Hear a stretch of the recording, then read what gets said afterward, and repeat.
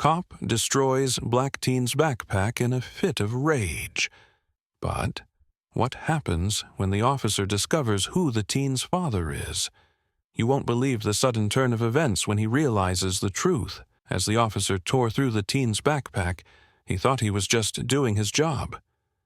But he couldn't have been more wrong.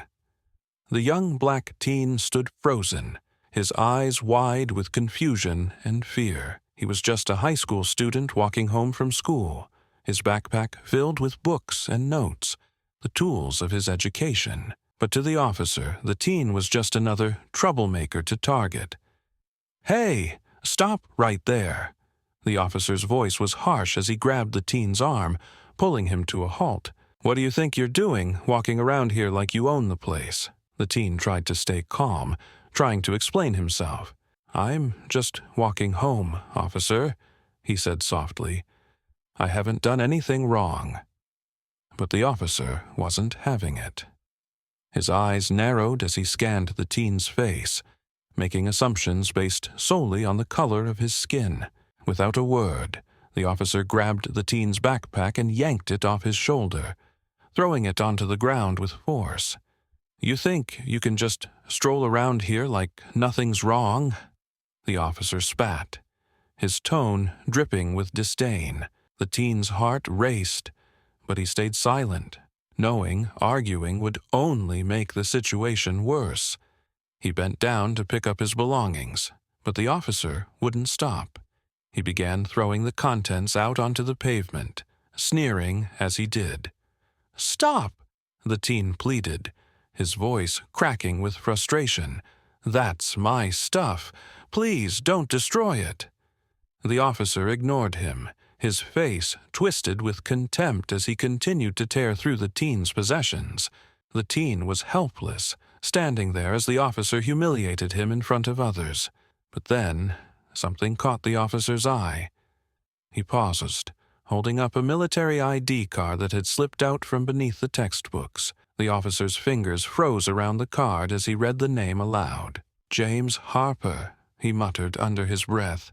"General James Harper, wait. This can't be right." The teen, still standing there, nodded calmly. "Yes, sir. That's my father," he replied quietly, his voice steady despite the chaos. "General James Harper. He's a decorated hero." The officer's eyes widened, and his demeanor shifted instantly. For the first time, he saw the teen not as just another suspect, but as someone who had the power to expose his prejudice and arrogance. His smug expression disappeared as the reality of the situation sank in. I didn't know," the officer stammered, stepping back. "I'm sorry, I didn't know." The teen didn't flinch. "You never bothered to find out," he said, his voice sharp but calm.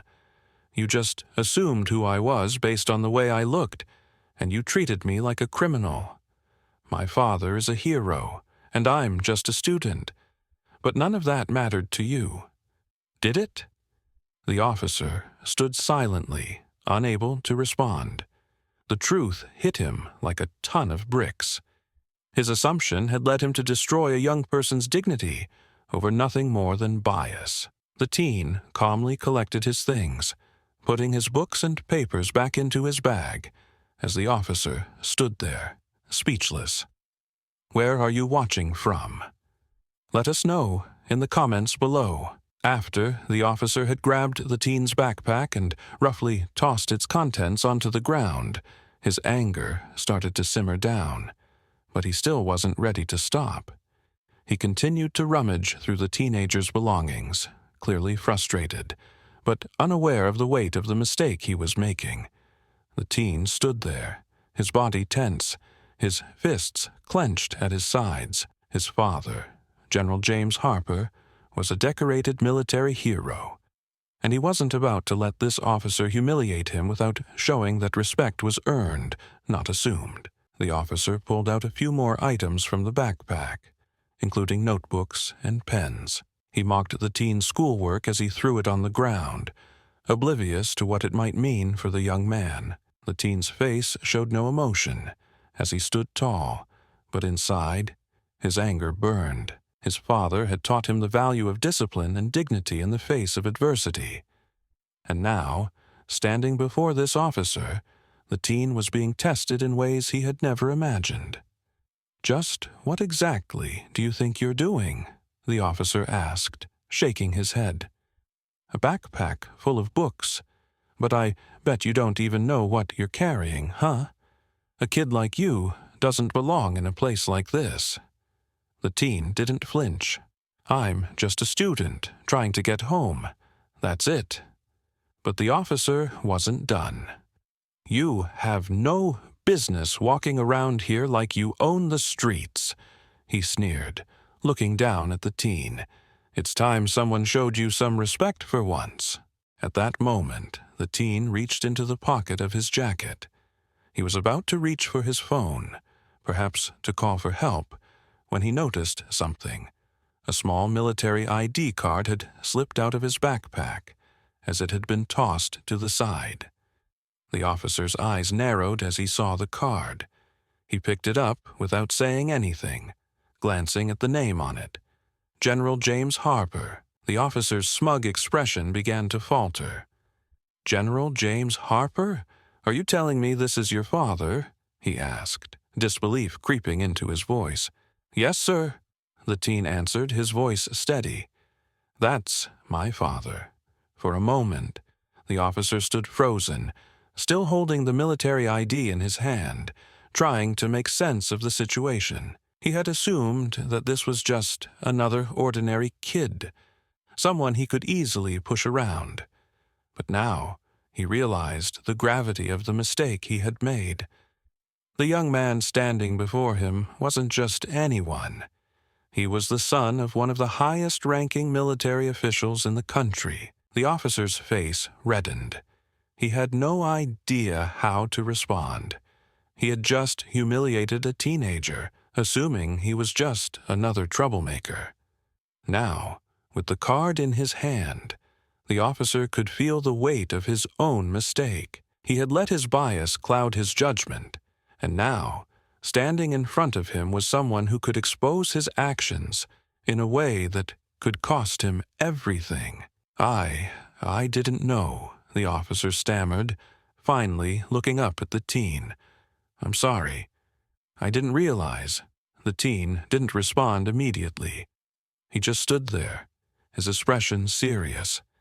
He knew that the apology would not change what had just happened. It wouldn't undo the damage done to his dignity. He had been humiliated, treated like a criminal without reason, and now the officer was trying to backpedal, but the apology felt empty. "You never even bothered to find out who I was," the teen said coldly, his words sharp. "You just assumed based on my skin color. You were so quick to judge. You don't know what it's like to be treated like this every day." The officer's head hung low in shame. The teenager's words hit him harder than anything he had expected. He wanted to apologize, to explain himself, but he knew it was too late for that. The damage had been done. The teen's father was a hero, someone whose service and sacrifice deserved respect, respect that had been denied in a heartbeat because of the officer's own biases. The officer looked at the teen one more time, his face full of regret. I understand," he said quietly. "I truly do." The teen didn't respond. Instead, he turned and walked away, gathering his scattered books and papers from the ground. The officer just stood there, watching him leave. He had learned an important lesson, one that would stick with him for the rest of his career. But the question remained, would he learn from it? The officer's hands still shook as he held the military ID. He could feel the weight of what he had done, but it wasn't enough. He hadn't realized who he was dealing with. The teen, still standing quietly in front of him, exhaled slowly, a sense of calm that contrasted with the chaos just moments before. "That's my father's ID," the teen said, his voice now steady, but there was a hint of disappointment in it. "General James Harper. My dad fought for this country, and yet You treated me like this." He didn't shout or raise his voice. He just spoke the truth. The officer, still holding the ID in his trembling hands, started to panic. He had no idea that the teenager in front of him was the son of a military hero. All the assumptions he'd made, all the disrespect he'd shown, suddenly felt like a punch in the gut. He looked at the ID again, as if searching for any possible way out of this situation. But there was no excuse. I didn't know," the officer mumbled, realizing the weight of his mistake.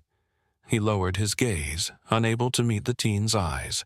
The teen stepped closer, not in anger, but in a way that made the officer step back slightly. "Does it matter that you didn't know?" the teen asked quietly. "Because you still treated me as if I didn't matter.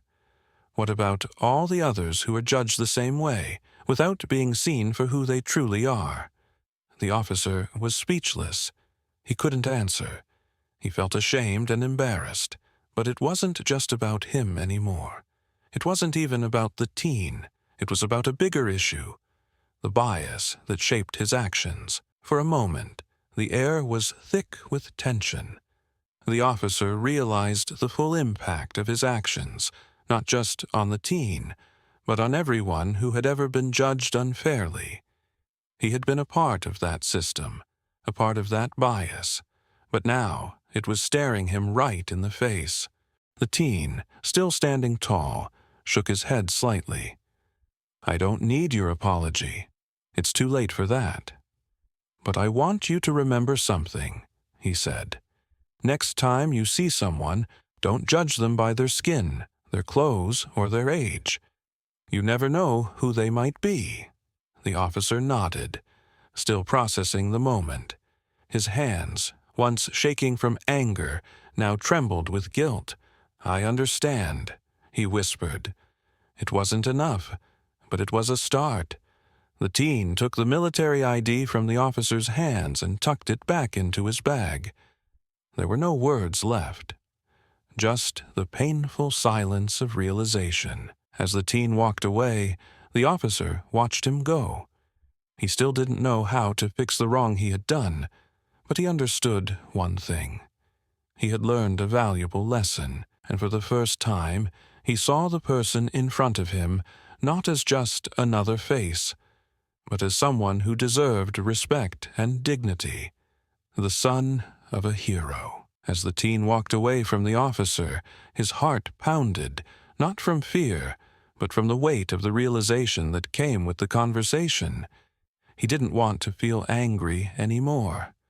But it wasn't easy to forget how he'd been treated just moments before. He wasn't just a teen. He wasn't just anyone.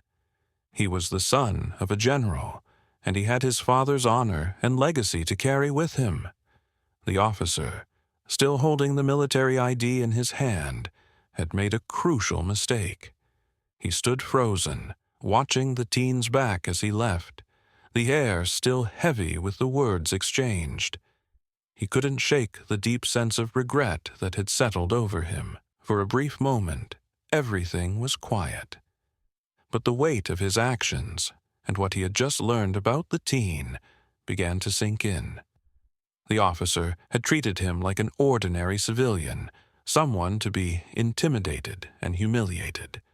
But in that instant he realized the person he'd belittled was someone much more than that. The teen's father had served this country with honor, a general with an impeccable record. The officer let out a heavy breath, his fingers still gripping the military ID. He had seen this teen's father on TV.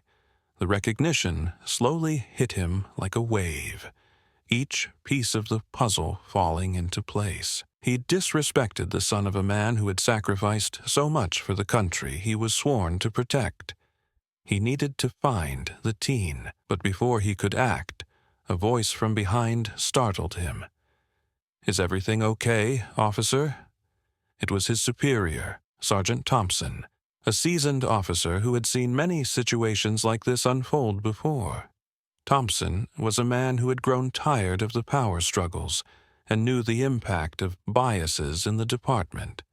"Yeah," the officer replied, his voice unsteady. Just had an encounter. I didn't know who he was. I made a mistake." Thompson stepped closer, eyeing the officer's hands, still clutching the ID. He could tell what had happened. "You need to understand," Thompson said slowly. "We can't treat people based on assumptions. The system is already stacked against them. Our job is to protect, not tear down." The officer nodded, his guilt pressing harder now. I just didn't realize." Thompson sighed deeply. He knew the officer was trying to process everything, but the reality was that in a few short moments, he had let bias control his actions. It wasn't just a single mistake. It was a symptom of a much larger issue. "Get your head straight, officer," Thompson said. "This isn't just about you making things right with one teen. This goes deeper than that.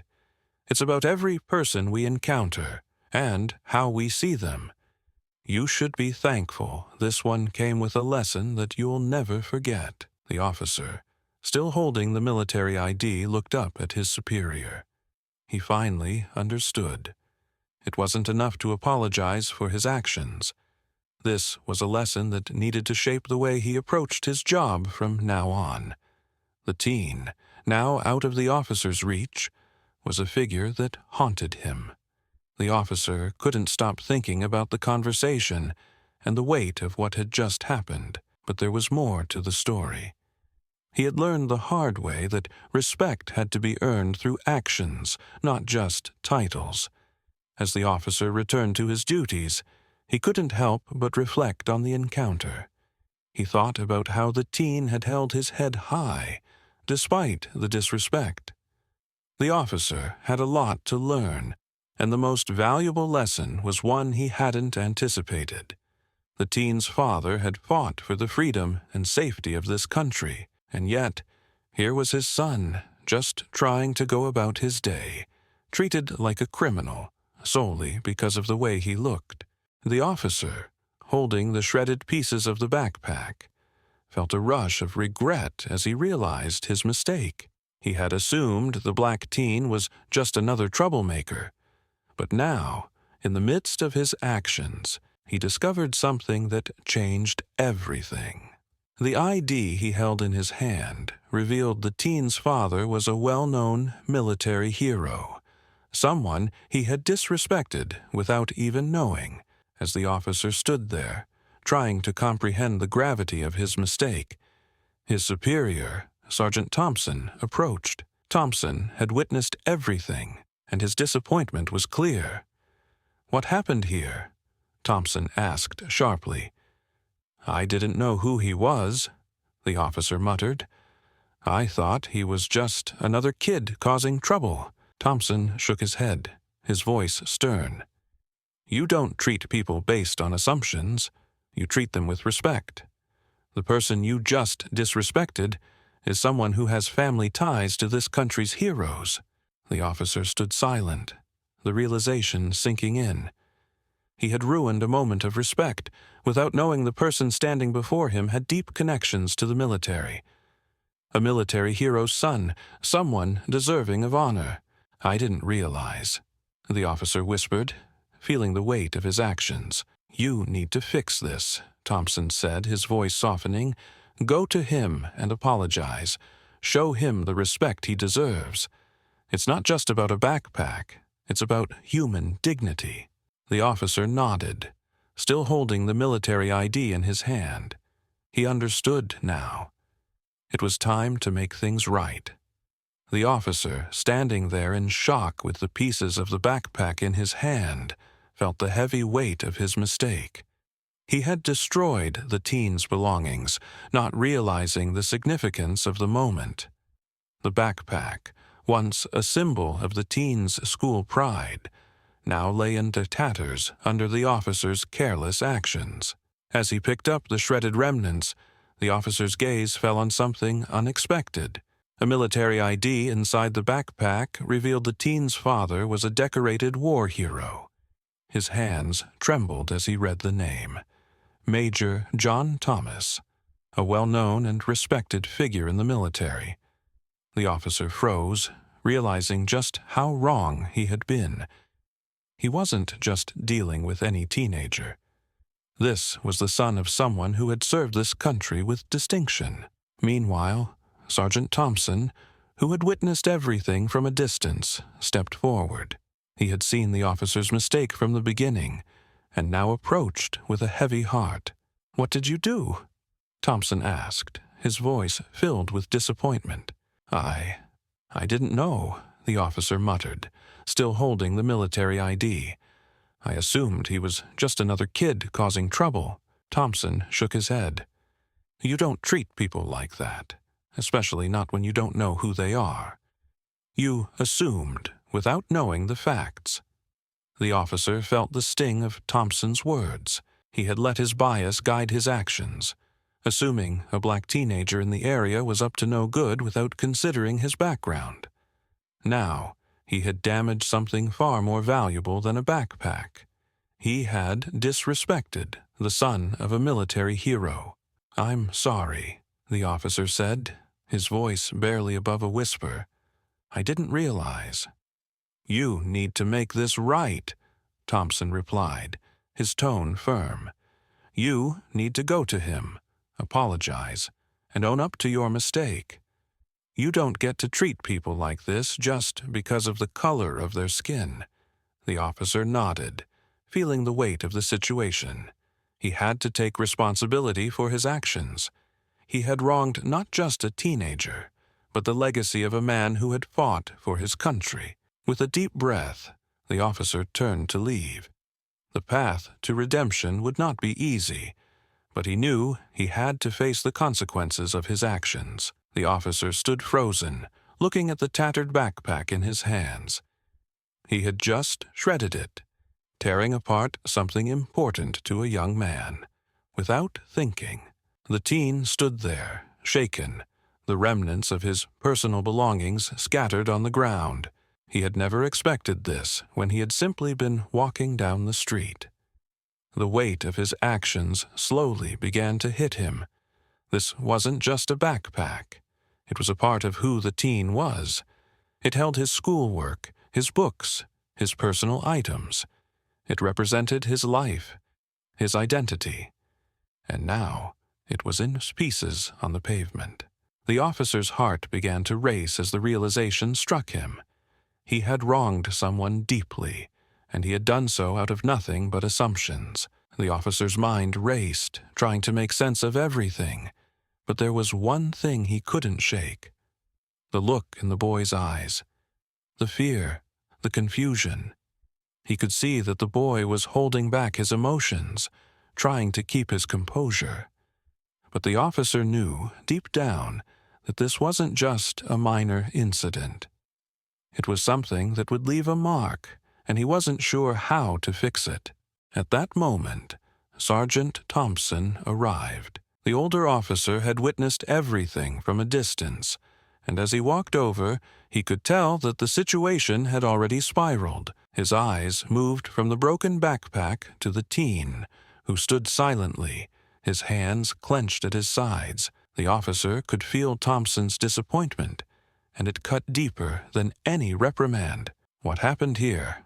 Thompson asked, his voice cold and steady. The officer hesitated, looking down at the boy.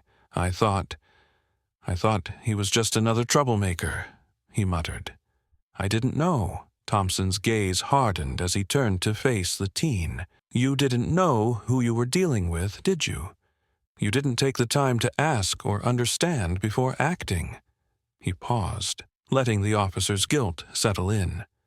"You didn't see the person in front of you. You didn't see a child of honor, someone with a connection to this nation's history, a man who deserves your respect." Confused, the officer stared at Thompson. "What do you mean? Who is he?" Thompson reached into his pocket and pulled out a small, folded military ID. The officer's eyes widened in disbelief.